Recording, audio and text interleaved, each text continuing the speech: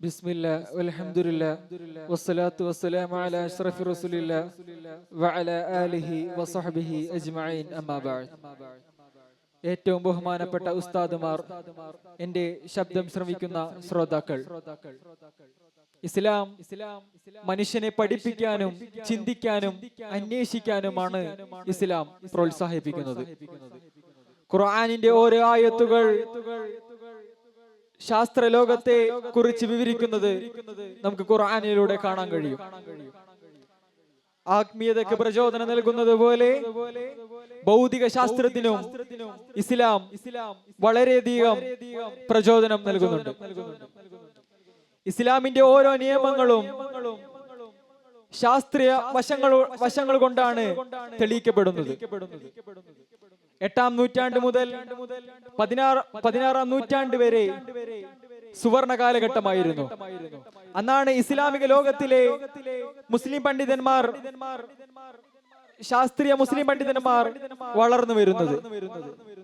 ഇന്ന് നാം ഉപയോഗിക്കുന്ന പല ആശയങ്ങളും ശാസ്ത്രീയ ഉപകരണങ്ങളും പണ്ട് മുസ്ലിം പണ്ഡിതന്മാർ എഴുതി വെച്ച കിതാബുകളിൽ നിന്നുമാണ് എന്ന് ഓർക്കണം.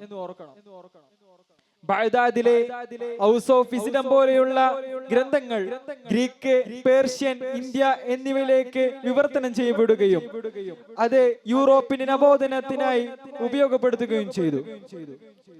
ഗണിതശാസ്ത്രത്തിലെ അൽ-ഖ്വാരിസ്മി ഓൾജിബ്ര എന്ന തിയറിക്ക് രൂപം നൽകി. ഇന്ന് ഞാൻ ഉപയോഗിക്കുന്ന 0 മുതൽ 9 വരെയുള്ള സംഖ്യകൾ ഉപയോഗിക്കപ്പെടാൻ കാരണം പണ്ട് കാലഘട്ടത്തിലെ മുസ്ലിം പണ്ഡിതന്മാർ യൂറോപ്പിലേക്ക് കൊണ്ടുപോയത് കൊണ്ടാണ്. വൈദ്യശാസ്ത്രത്തിലെ മുസ്ലിം പണ്ഡിതന്മാരുടെ പങ്ക് വളരെ വലുതായിരുന്നു. അവിസിന്ന എഴുതിയ കാനോൻ ഫിത്തീബ് ഇംഗ്ലീഷിലേക്ക് വിവർത്തനം ചെയ്യപ്പെടുമ്പോൾ കാനോൻ ഓഫ് മെഡിസിൻ നൂറ്റാണ്ടുകളോളം യൂറോപ്പിന്റെ വൈദ്യശാലയിൽ പഠനത്തിനായി ഉപയോഗപ്പെടുത്തി. ഇങ്ങനെ തുടങ്ങി വൈദ്യശാസ്ത്രത്തിലെ രോഗനിർണയം, ശസ്ത്രക്രിയ, ഔഷധശാസ്ത്രം എന്നിവയ്ക്ക് അദ്ദേഹം വളരെയധികം സംഭാവന നൽകിയിട്ടുണ്ട്. ബൗദ്ധശാസ്ത്രത്തിൽ വെച്ച് നോക്കുകയാണെങ്കിൽ ഒപ്റ്റിക്സിലും ഇബ്നു ഹൈസം നടത്തിയ ഗവേഷണങ്ങൾ ശാസ്ത്രീയ രീതിക്ക് വ്യക്തമായ രൂപം നൽകി. പ്രകാശത്തിന്റെ പിതാവായി അറിയപ്പെടുന്നത് ഇബ്നു ഹൈസം നടത്തിയ പരീക്ഷണങ്ങളിലൂടെയാണ്. ലോക പ്രശസ്തമായ രചനയാണ് കിതാബുൽ മനാലിറ, ബുക്ക് ഓഫ് ഒപ്റ്റിക്സ്. അദ്ദേഹം പ്രകാശശാസ്ത്രം സംബന്ധിയായ നിരീക്ഷണങ്ങളെ അവതരിപ്പിക്കുന്നത്.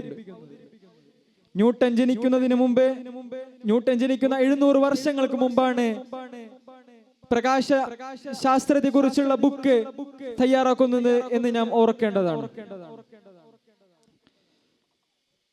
പിന്നീട് ഒരുപാട് കാലം ഇത് ആഴത്തിൽ സ്വാധീനിക്കുകയും മറ്റു സർവകലാശാലകളിൽ പഠനത്തിനായി ഉപയോഗിക്കപ്പെടുകയും ചെയ്തു.